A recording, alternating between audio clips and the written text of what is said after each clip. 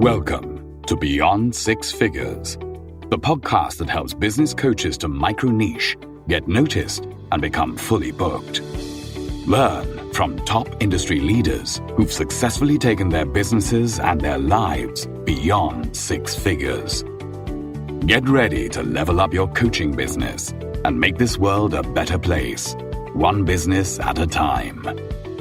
And now, here's your host, Ziv Raviv.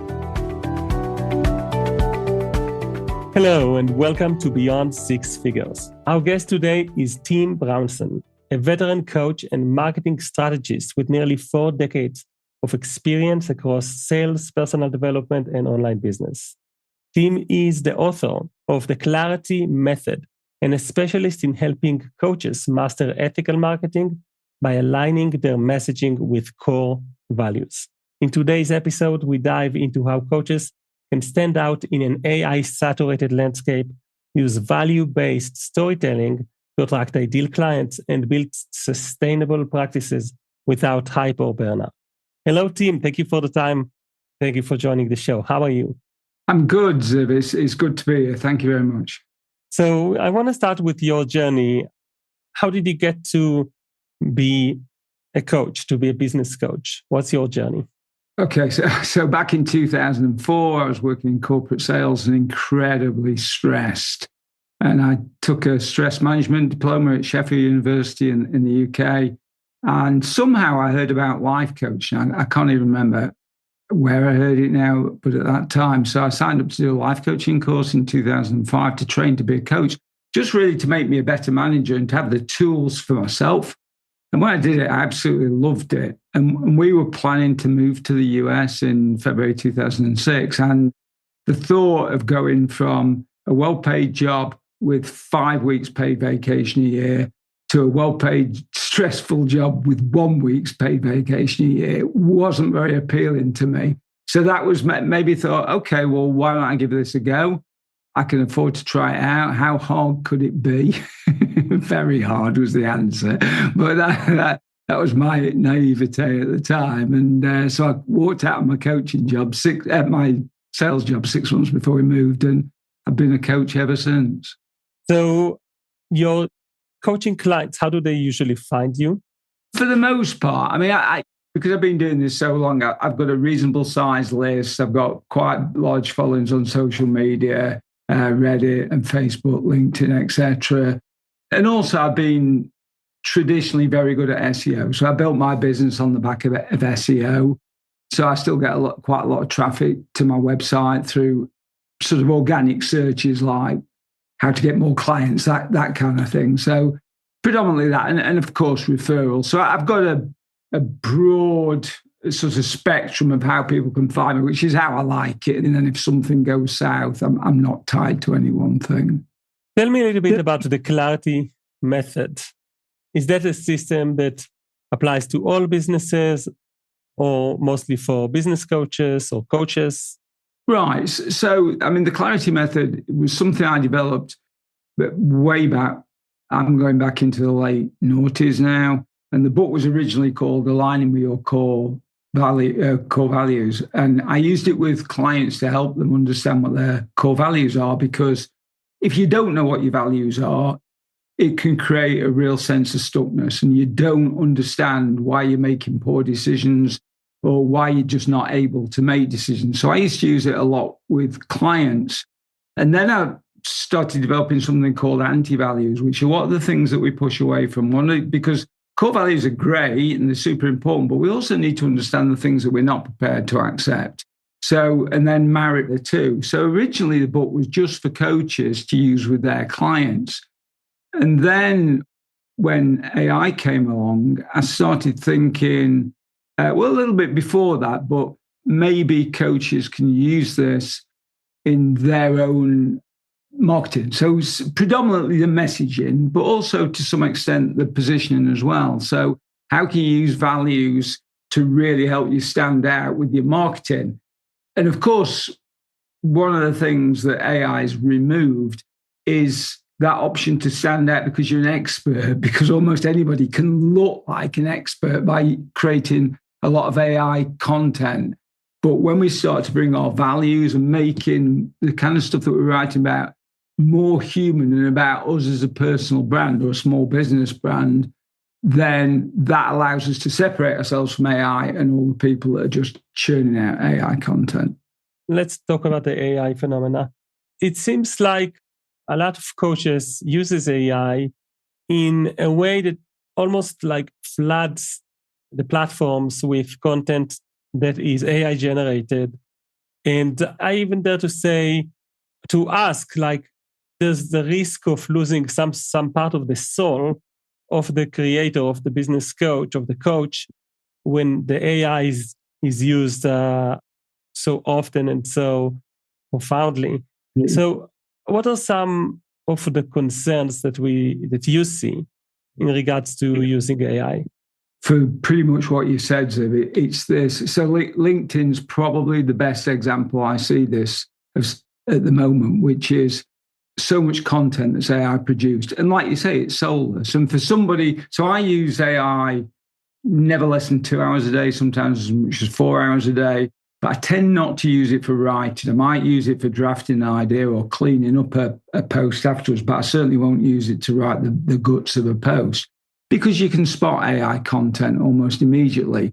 And you've got on LinkedIn now, you've got AI talking to AI. You've got people using AI to write content, and then people using AI to write the responses. And sometimes it's automated as well. And some people are building huge followings on the back of AI.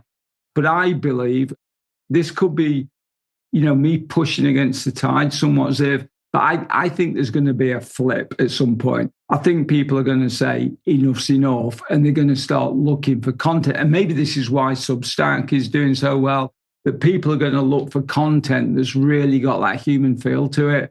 And this is where values come in, because your values bleed through normal writing. That's one other thing. There's a number of ways you can spot AI content.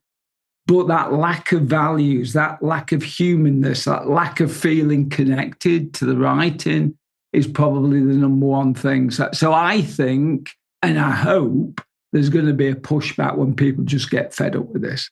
So let's transition to discussing values. A lot of people feel like setting up your values is a little bit woo-woo and fluffy, and they don't really see the connection between that and getting more clients, right? They think, they think the number one problem is they need more sales, they need more prospects, they need more leads, they need more clients. And then telling them, no, you should actually stop now and think about your values. They don't really see the connection. So what would you say to overcome that objection with our listeners? Right. And I get that, and it's a fairly common objection, but your values are who you are as a person. The values are the things that nobody can take away from you.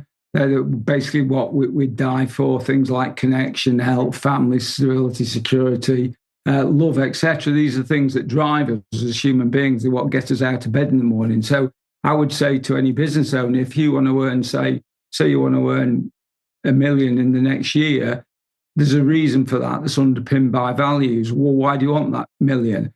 You don't want it just for the money, because otherwise you could just stick it in a suitcase. If you can't ever spend it or invest it or whatever with it, it's useless to you. It's what it gives you. So if you keep drilling down, maybe that's you want to have more time off with your kids or your partner, or maybe that's you want to do some work in the community, or maybe that just gives you a sense of security, or whatever that is. You're going to drill down eventually to values. So if you can start with the values and think, okay, what's the value that I'm looking to achieve? What's really important to me? What are the kind of things that if I've got those, I'm going to feel happy anyway? It's cliche to say money doesn't bring us happiness, but it absolutely doesn't. There's no doubt once you take somebody out of poverty that more money doesn't increase the level of happiness. But when we start to be in alignment with our values and say, okay, this is really important to me, how do I achieve that? So how values help us as a business, so solopreneur and entrepreneur, is allowing our values to come through with what we do with our marketing. So marketing is, I've got to get leads. I've got to make more sales. Well, that's all part of really, I was in sales for 20 years, but marketing and sales is sort of leading to one another. And the point of marketing and then to get the sale is to help you stand out, to be different. That's the only point, is to stand out from the crowd. Because if you can't differentiate yourself, it's a whole blue ocean. You've got to be different to people. Now, one of the ways you can do that is your values, because they're unique. It's like a fingerprint. Everybody's values are different. So I've got 2 dogs, 2 pair of Dobermans that I've had Dobermans for 30 years. They're all over my website. You couldn't have booked this call at 8 o'clock this morning, Ziv, because I'm out with the dogs on the moors, and I won't talk to. Actually, I will sometimes talk to clients, just chat on WhatsApp or whatever. But I'm out with the dogs. It's the same in the afternoon. There's a time when I go out in the afternoon. I do like 2 hours a day. It's part of my values. It's part of who I am. That's non-negotiable. You wouldn't get me to do a podcast at 9 o'clock at night. No, I sit down with my wife. That's family time. We sit down and we eat and we watch TV or whatever we do. So they're integral. They're there all the time. It's whether we acknowledge them and are aware of them and then start to use them to help us and to motivate us and make better decisions. So I feel like I'm ranting now. You're making a point about how using your values and understanding your values and making them a part of your marketing, that helps you in actually being unique and being authentic, even, I dare say, in a world full of AI tools that creates the same type of a feel of a post. Understanding your values can help you be different. Now, what could be a process that you use, that you share with your client to actually distill those values? Because we don't want our values to be exactly like everyone else. We want our values to be ours and to be different. So how do we actually define them? Yeah, and you're right. Nobody's are. I said it's like a fingerprint. I'm being literal with that. I've probably done this exercise with clients, and north of 500 times. I've never had a client that's got the top same 3 values as mine. My process, there's 2 ways you can do it. You can just sit down and think about it. You can say, okay, what's important to me? And then when you get a word back, you say, what does that give me? And then when you get another word back again, you say, what does that give me? And you keep drilling down. But how I do it with the clients is I send a list of sample values. There's probably about 30 or 40 values on the sheet, and also another one of anti-values. And I ask people to pull out their top 8 from each sheet, all ones they think of, because it's not an exhaustive list. There's about 140 values in the English language.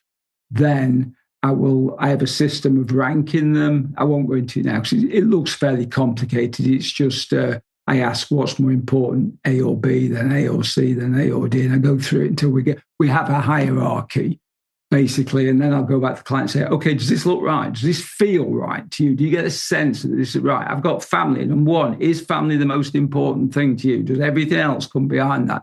And if that's the case, so as a coach, when I'm working with you, if we were working together, Ziv, and you got family at number 1, so why does that help me as a coach? Well, I need to be aware, if you're working 16 hours a day, then that's out of alignment with your values. Especially, I don't know if you've got kids, but if you've got kids, then it's like, hang on. I saw, I can't think who it was now, somebody fairly well known in the marketing space, say on social media the other day, that they were working. I think it was Neil Patel, actually. It may have been, but he's doing all this work so he can have a good future for his kids. But his kids are like both 4 and 6. Now's the time to have with your kids. You can never buy that time. Traveling all over the world to make money, yeah, that may happen. It may not. And your kids may thank you for it, or they may not. They may think, well, why weren't you here when we really needed you in our formative years a lot more? And that's not a criticism of him, by the way. And I'm not even 100% sure it was, Neil. But do you see what I'm saying? So it's so important to understand this stuff. I want to touch about those anti-values. Yeah. That's a very interesting concept. How do you actually use those anti-values later on? You mentioned some sort of a marriage. Can you expand? Yeah. I mean, the anti-values are a little bit more nebulous, a little bit trickier to pin down. So, but we all have things that we won't tolerate. And they can be, I anti-value. So intolerance is a classic one. I'm very intolerant of people who are intolerant, which sounds a bit hypocritical, but I don't like it when people get talked over for having an opinion. They're not allowed to share their opinion. So that's an anti-value. When people are talked down to, patronizing people really just irritate me. So it's the same with our values. We always want to be moving away towards them. With our anti-values, we want to be avoiding them. So if I say that's important, that's an anti-value for me, then I shouldn't be like that. I've got to be careful that I'm not like that. If arrogance is an anti-value of mine, well, don't be arrogant. Don't be a dick and be arrogant yourself, because then you're out of alignment with your own values and you just don't feel good about it. Does that make sense? It does. Once you know your anti-values, you kind of have an enemy, which is something in marketing that is useful to just always have a topic that is in that puts fire into your bones, as they say.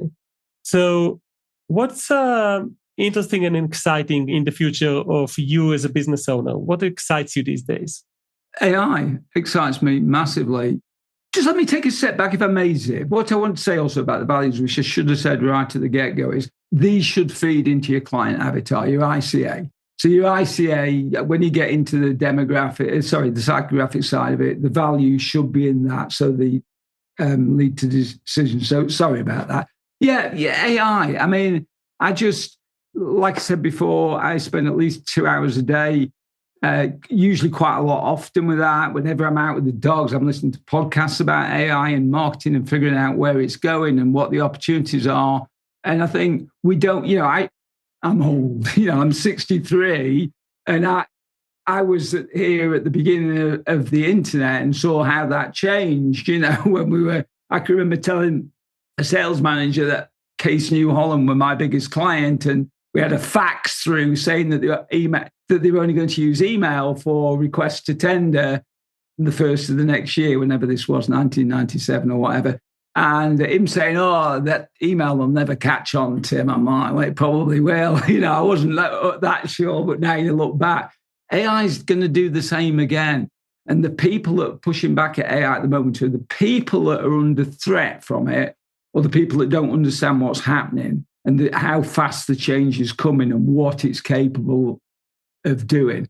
And that excites me. A lot of it, I won't be working when it comes around, and it doesn't worry me like maybe it does some business coaches who think they could be under threat. But I don't believe that's the case. I think there's going to be this desire for more human connection. I think it's going to take a sword to the bottom of the ladder of cheap coaches who are pitching on price. I think they're going to be out of business, because the kind of people that are buying on price will be okay with trying out a chatbot, especially when there's more specialist ones come out. But I think for higher end coaches, there's people are going to crave that human connection even more. A little bit like after COVID and lockdown, how people wanted to go back to live events again, and the prices for live events shot up. Going to a music festival now is just so expensive. I think we're going to see that with the better coaches. So I want to ask you about your work with AI, because there's a saying that SEO is dying because of AI. I wonder what's your take on that. The basic claim is that Google and many other search engines are actually nowadays hiding the organic results, and they're answering many questions with an AI assistant or an AI companion of sort. And that conversation, we don't really know how to optimize our content towards being featured on it. And we have less control over that, like with some of the known SEO practices. So what do you think about the future of SEO is? Well, yeah, I think SEO is definitely dying, and it hurts me to say that because, as I said before, it's how I built my business. Yeah, I did a lot of guest posting back in the noughties and built a lot of backlinks to my site. And there's going to be no need for SEO in the future months, years.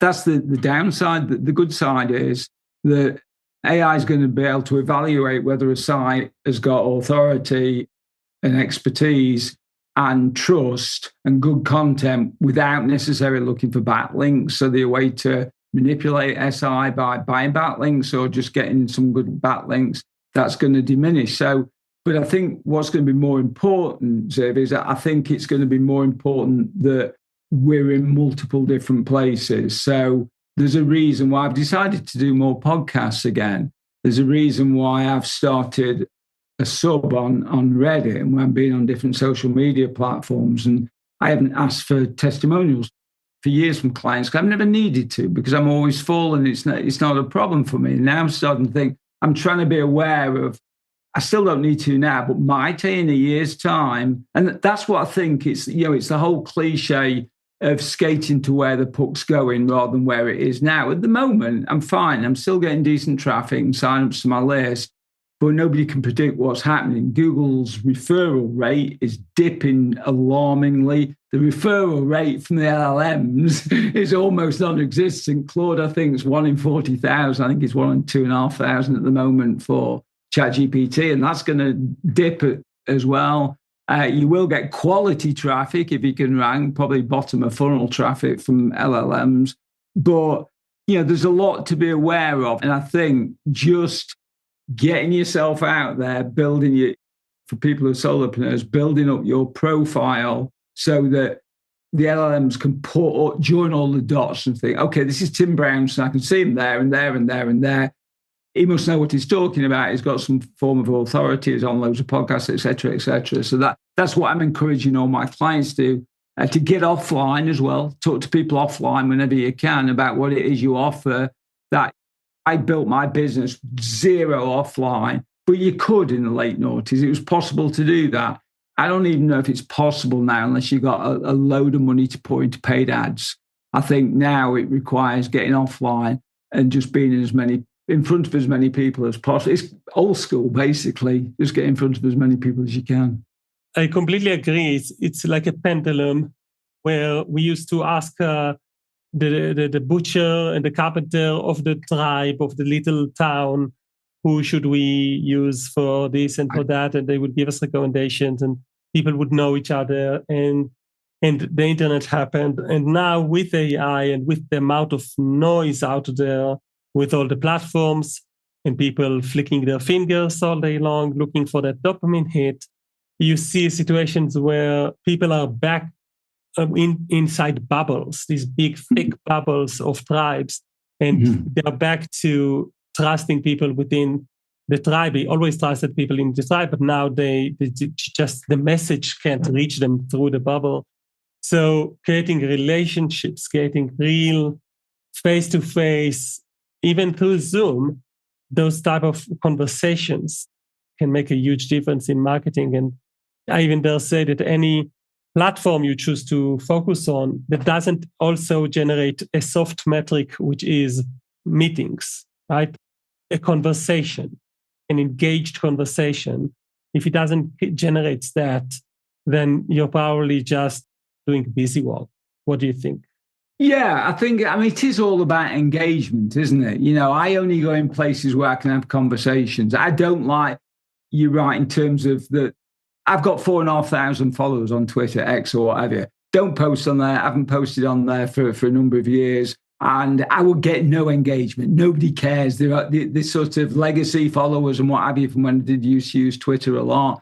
And the same can be said to a certain extent with Facebook, which is why I've started a Reddit sub, which I've grown to 1,200 in just over a month, just because I want to get that. I crave conversation myself. I'm an extrovert and I want to go and talk to people. So I'm not interested in these one-way conversations or people just saying, great post, Tim, or whatever it is. I want to talk to people and expand the debate. And I think that's going to become more and more important because what the LLMs are doing, they're definitely looking for user-generated content. And if you can do that and have these conversations going, you send signals back to them as well. It's just more enjoyable. Well, I think it is anyway. Maybe that's just me.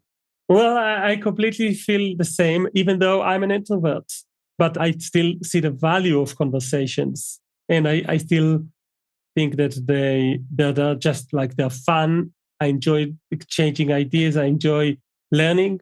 And I think it's important for any business out there, especially for business coaches that could easily be tempted to just delegate to team that uses AI, and suddenly their entire presence online is cluttered by noise. Mm-hmm. So, Tim, it's been really refreshing to share this moment with you and to talk about core values and anti-values and the power of AI, the curse that comes with it potentially. I want to thank you, Tim, for connecting with us, and thank you, everyone, for listening for another episode of Beyond Six Figures. Thanks for listening to Beyond Six Figures. Check out the extended show notes that include bonus material, practical tips, and exclusive resources on our website, zivraviv.com. Until next time, keep dreaming big and pushing your business and your life beyond six figures.